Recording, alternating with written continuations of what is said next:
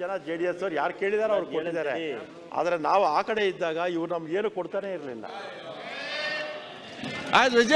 ವಿಜೇಂದ್ ಅಧ್ಯಕ್ಷರೇ Doddaballapura BJP MLA 5 ಕೋಟಿ ಕೊಟ್ಟಿದ್ದೀವಿ ಅಂತಂದ್ರೆ ಈಗ ಅವರೇ ಉತ್ತರ ನಾವು ABC ಮಾಡಿದ್ದೇವೆ ಜನಸಂಖ್ಯೆ ಆಧಾರದ ಮೇಲೆ ಕೊಡ್ತೀವಿ ಅಂತ ತಾವೇ ಹೇಳಿದಿರಿ.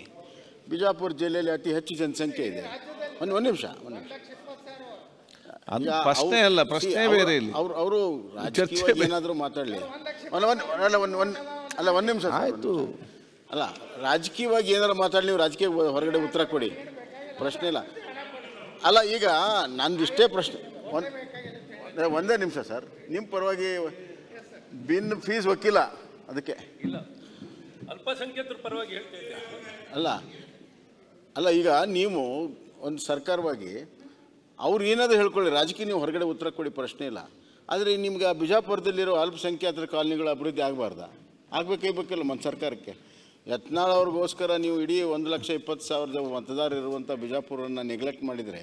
ಸತೀಶ್ ಶೂನ್ಯ ಬಂಡವಾಳ ಕೃಷಿಯಿಂದ ಎಕರೆಗೆ 14 ಲಕ್ಷ ಗಳಿಸ್ತಿದ್ದಾರೆ. ನೀವು ಕೂಡ ಅವರಿಂದ ಕಲಿಬೇಕಾ? ಅವ್ರ ಜೊತೆ ವಿಡಿಯೋ ಕಾಲ್ನಲ್ಲಿ ಮಾತಾಡಬೇಕಾ? ಈಗಲೇ ಫ್ರೀಡಮ್ ಆ್ಯಪ್ ಡೌನ್ಲೋಡ್ ಮಾಡಿ. ನೀವು ಅಲ್ಪಸಂಖ್ಯಾತರ ರಕ್ಷಕರಾಗ್ತಿರೋ ಏನಾಗ್ತೀವಿ ಈಗ ಅದರಿಂದ? ಅಲ್ಲ, ಒಂದೇ ನಿಮಿಷ, ಪ್ರಶ್ನೆ ಬೇರೆ, ಚರ್ಚೆ ಬೇರೆ ಇಲ್ಲ. ಇದು ಹೇಳಿದ್ರಿ. ಈಗ ಒಂದೇ ನಿಮಿಷ.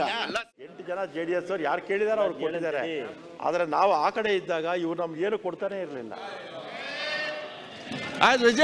ವಿಜೇಂದ್ ಅಧ್ಯಕ್ಷರೇ ದೊಡ್ಡಬಳ್ಳಾಪುರ ಬಿಜೆಪಿ MLA 5 ಕೋಟಿ ಕೊಟ್ಟಿದ್ದೀವಿ ಅಂತಂದ್ರೆ ಈಗ ಅವರೇ ಉತ್ತರ ನಾವು ABC ಮಾಡಿದ್ದೇವೆ ಜನಸಂಖ್ಯೆ ಆಧಾರದ ಮೇಲೆ ಕೊಡ್ತೀವಿ ಅಂತ ತಾವೇ ಹೇಳಿದಿರಿ.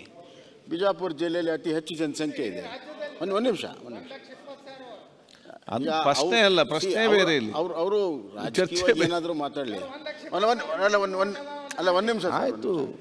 ಅಲ್ಲ, ರಾಜಕೀಯವಾಗಿ ಏನಾದ್ರು ಮಾತಾಡಲಿ, ನೀವು ರಾಜಕೀಯ ಹೊರಗಡೆ ಉತ್ತರ ಕೊಡಿ, ಪ್ರಶ್ನೆ ಇಲ್ಲ. ಅಲ್ಲ, ಈಗ ನಂದಿಷ್ಟೇ ಪ್ರಶ್ನೆ.